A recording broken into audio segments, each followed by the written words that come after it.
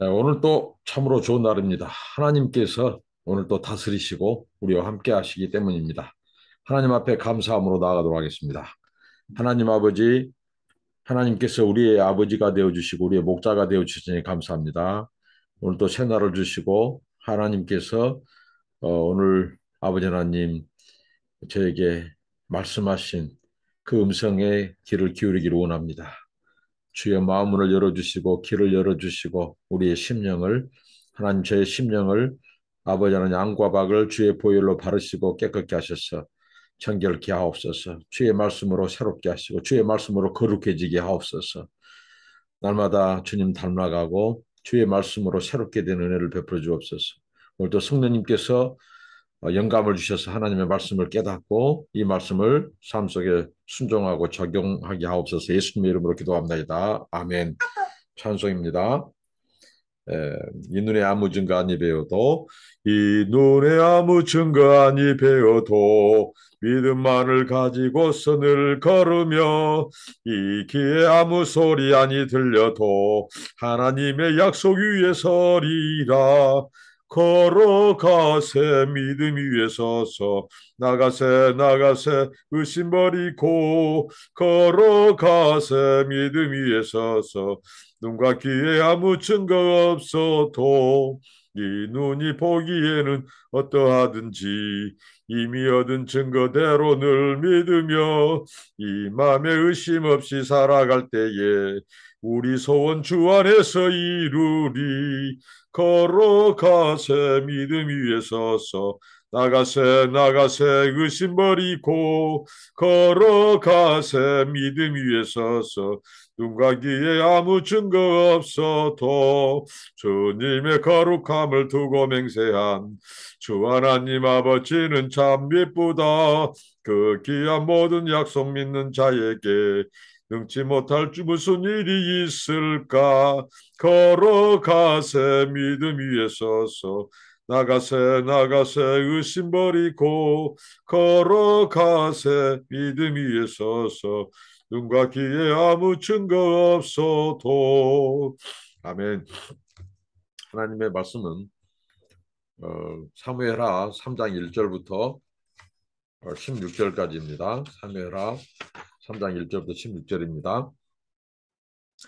사울의 집과 다윗의 집 사이에 전쟁이 오래매 다윗은 점점 강하여 가고 사울의 집은 점점 약하여 가니라. 다윗이 헤브론에서 아들들을 낳았으되 맏아들은 암논이라. 이스라엘 이스라엘 여인 아히노함의 소생이요 둘째는 길라압이라. 갈멜 사람 나발의 아내 있던 아비가일의 소생이요 셋째는 압살롬이라. 그 수랑 달메의 딸 마가의 아들이요 넷째는 아도니아라. 핫깃의 아들이요 다섯째는 스바 나라 아비달의 아들이요 여섯째는 이드로암이라. 다윗의 아내 에글라의 소생이니 이들은 다윗이 헤브론에서 낳은 자들이더라. 사울의 집과 다윗의 집 사이에 전쟁이 있는 동안에 아브넬이 사울의 집에서 점점 권세를 잡으니라. 사울에게 첩이 있었으니 이름은 니스바요 아야의 딸이더라.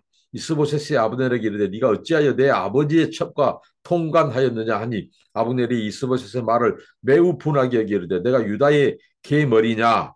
내가 오늘 당신의 아버지 사울의 집과 그의 형제와 그의 친구에게 은혜를 베풀어 당신을 다윗의 손에 내주지 아니하였거늘 당신이 오늘 이 여인에게 관한 허물을 내게 돌리는도다. 여호와께서 다윗에게 맹세하신 대로 내가 이루게 하지 아니하면 하나님이 아브넬에게 벌 위에 벌을 내리신 마땅하니라. 그 맹세는 곧 이 나라를 사울의 집에서 다윗에게 옮겨서 그의 왕위를 단에서 베르세바까지 이스라엘과 유다에 세우리라 하신 것이니라 하며 이스보셋이 아브넬을 두려워하여 감히 한마디도 대답하지 못하니라. 아브넬이 자기를 대신하여 전령들을 다윗에게 보내어 이르되 이 땅에 누구의 것이니까 또 이르되 당신은 나와 더불어 언약을 맺사이다. 내 손이 당신을 도와 온 이스라엘이 당신에게 돌아오게 하리이다 하니 다윗이 이르되 좋다. 내가 너와 언약을 맺거니와 내가 네게 한 가지 일을 요구하노니 나를 보러 올 때에 우선 사울의 딸 미가를 데리고 오라.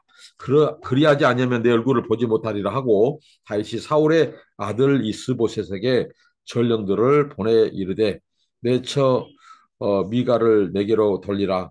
그는 내가 전에 블레셋 사람의 포피 100개로 나와 정혼한 자니라 하니 이스보셋이 사람을 보내 그의 남편 라이스의 아들 발디에게서 그를 빼앗아오매 그의 남편이 그와 함께 오되 울며 바울임까지 따라왔더니 아브넬이 그에게 돌아가라 하매 돌아가니라.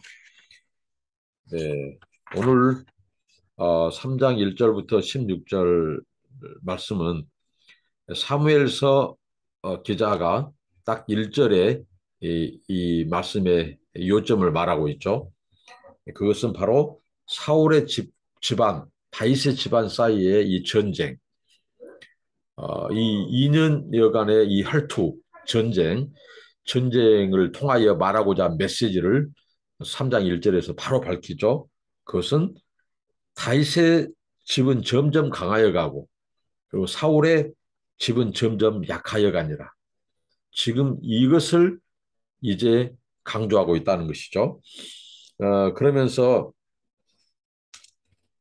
이 다윗의 아들들을 지금 여섯째 아들을 지금 소개하고 있어요. 이 여섯 아내를 통해서 낳은 이 여섯 자녀들을 통해서 이 사무엘서가 말하고자 하는 메시지는 다윗의 이 집안은 점점 생육하고 번성한다는 거죠. 더 강해진다는 거죠. 그래서 다윗의 자식들이 여러 여인들을 통해서 이 자녀를 낳고 생산하고 그 자녀들이 지금 자라가고 있는 점점 강성해져 가는. 근데 사울의 집안은 지금 이스보셋 한 사람 남았는데 이 이스보셋은 점점 패하고 그 세력은 점점 약화되고 이것을 대조하고 있습니다. 그러니까 하나님께서 이 지명하고 하나님께서 왕으로 세우기로 한 언약하시고 약속하신 다윗은 점점 강해지고 사울의 집안은 점점 몰락하는 이것을 대조적으로 지금 말해주고 있다고 하는 것이죠. 그러니까 하나님의 약속이 그대로 성취되고 있음을 보여줍니다. 이 다윗의 이 아내들이 소개되는데 거기에 보면 이제 다윗이 굉장히 정치적인 목적으로 결혼한 사람이었으면 알 수 있어요. 당시에 정치적 목적으로 예를 들면 그술의 왕, 이 달메의 딸 마아가와 정치적인 목적을 가지고 결혼한 이, 이 다윗 거기에서 바로 이제 압살롬이 태어난대요. 이 압살롬이 이 태어난 그곳이 그 이스보셋의 영토와 국경을 유지하고 있는 북동쪽에 있는 나라였다는 것이죠. 그래서 정략 결혼, 그 나라의 공주와 정략 결혼을 함으로써 이스보셋과 주변 국가들을 견제하는 이제 그런 것을 알 수 있다는 것이죠. 그 다음에 또 여기 여섯 아들들 중에서 소개된 아들들 중에서 우리가 이제 성경 읽으면서 다윗의 속을 썩이는 자식들의 또 이름도 거명되고 있죠. 2절에 암논, 3절에 압살롬, 4절에 아도니아. 자, 이들이 앞으로 이제 왕권 계승을 놓고 이제 그 양권 계승을 놓고 그 혈투를 벌이게 될 것을 예고하고 있죠. 그러니까 하나님의 나라, 하나님의 이 통치의 역사 가운데서 끊임없이 하나님의 왕국, 하나님의 나라를 이루어가는데 하나님의 구원 계획을 이루어감에 있어서 끊임없이 도전이 있어 왔다는 거죠. 그 도전은 바로 이 설마 다윗의 아들들에게서 가장 가까운 자기의 이 피부치인 아들들을 통해서 도전이 오고요. 그러니까 얼마나 이 땅에 하나님의 나라를 거부하고 하나님의 구속 역사를 방해하는 사탄의 왕국, 사탄의 역사는 끊임없이 이 궁궐, 이 다윗 왕국, 그것도 자식들을 통해서 끊임없이 도전해 왔다는 거죠. 그 다윗 왕국을 붕괴시키려고 하고 그것은 곧 하나님이 예비하신 제사장 나라 이스라엘이 형성하지 못하게 만들고 이스라엘이 형성하지 못한다는 것은 전 세계 인류를 구원하기 위한 하나님의 이 거대한 이 구원 사적 프로젝트 하나님의 이 구원 계획이 이 방해받는 거죠. 그래서 여기 이 아들들의 이름도 지금 거명되고 있어요. 이 아들들이 지금 이렇게 여러 여인들을 통해서 이렇게 소개된 것은 어떤 학자들은 하나님께서 일부 다처제에 대한 것을 심판하는 것이다. 그러니까 여기 왕권 계승을 놓고 그 아들들이 서로 어떻게 보면 배가 다른 자식들이죠. 이들이 이제 왕권 계승을 놓고 싸우게 된다는 거죠. 이게 바로 한편으로는 일부 다처제에 대한 하나님의 심판이 아니냐. 이렇게 보는 시각도 있습니다. 그래도 이 본문 속에서 다윗의 아들들이 소개됐다고 하는 것은 사울의 집안은 몰락, 다윗의 가문은 다윗의 집안은 흥하게 된다는 것. 지금 이것을 말해주고 있습니다. 그러니까 하나님의 약속은 반드시 성취되는 거예요. 하나님의 섭리는 반드시 이루어져 간다는 거죠. 하나님은 하나님의 방법으로 하나님의 역사를 이루어 가십니다. 우리가 신실하신 하나님을 의지하고 기도해야 될 것은 그분은 신실하셔서 약속에 신실하셔서 이루신다는 거죠. 이루어 가신다는 거죠. 그 다음에 이제 아브넬이 이스보셋을 배반한 기사가 3장 6절부터 21절까지 나오는데요. 오늘 16절까지 이 본문을 잡혀졌기 때문에 그까지 살펴보겠는데요. 이제 아브넬이 이스보셋을 배반하죠.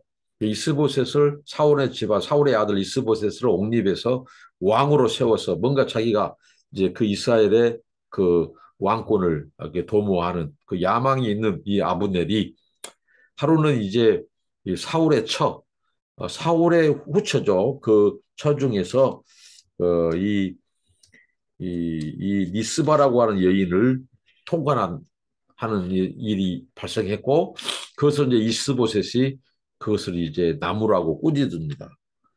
어떻게 내 아버지의 첩을 네가 통관하느냐?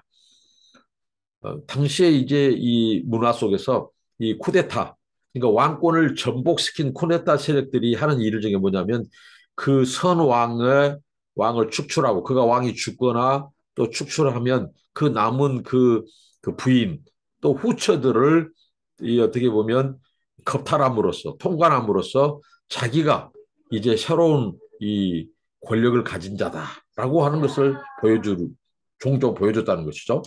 그래서 이 아브넬을 어떻게 내 아버지의 첩을 네가 가지고 이렇게 통관하느냐 하니까 아브넬이 내가 나를 개 대가리로 유다의 개 대가리로 아느냐 개 머리냐 하고 내가 얼마나 당신 이 사울에게 충성했고 이스보셋 당신을 내가 왕으로 세워가지고 지금까지 이렇게 충성하고 있는데 내게 이렇게 정죄하느냐 내게 허물을 돌리느냐 하고 이제 그가 이제 그 이스보셋에게 말합니다.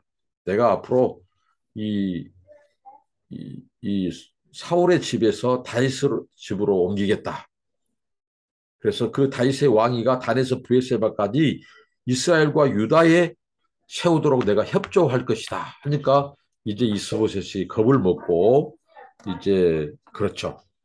이런 상황 속에서 아브넬이 전령들을 다윗에게 보내요. 전령들을 다윗에게 보내는데 이제 보내는데 내가 협력하겠습니다. 다윗에게. 그리고 나와 언약을 맺읍시다. 그리고 온 이스라엘과 유다가 바로 다윗의 통치, 다윗의 왕권에 돌아올 수 있도록 내가 협조하겠습니다. 이렇게 이제 언약을 맺습니다. 아브넬이 그렇게 다윗에게 전령을 보냅니다. 그렇게 하고요. 그렇게 하니까 다윗이 좋다 하고 오는 길에 반드시 네가 이 사울의 딸 미가를 데리고 오라는 거죠. 미가를 데리고 오지 않으면 나 볼 생각하지 마라. 조건을 겁니다. 내 얼굴을 보려면 네가 다윗의 이 소위 말한 사울의 딸 미가를 데리고 오라는 거죠. 이 미갈은 한때 이 다윗의 처였죠. 무엇입니까? 그때 블레셋 사람이 쳐들어왔을 때 블레셋 그 병사 포피 이 100개 그 포피 100개를 비했다는 말은 그 100명의 이 용사들을 죽이고 그 보상으로 이 소위 말한 이 포상으로 이 사울의 딸 미갈을 얻게 됩니다. 근데 그 뒤로 이제 그 미갈은 사울이 이제 다른 남자에게 그 딸을 줘버리는 그렇게 해서 이제 이미 다른 남자의 아내가 되어 있는 이 미갈을 데려오라고 합니다.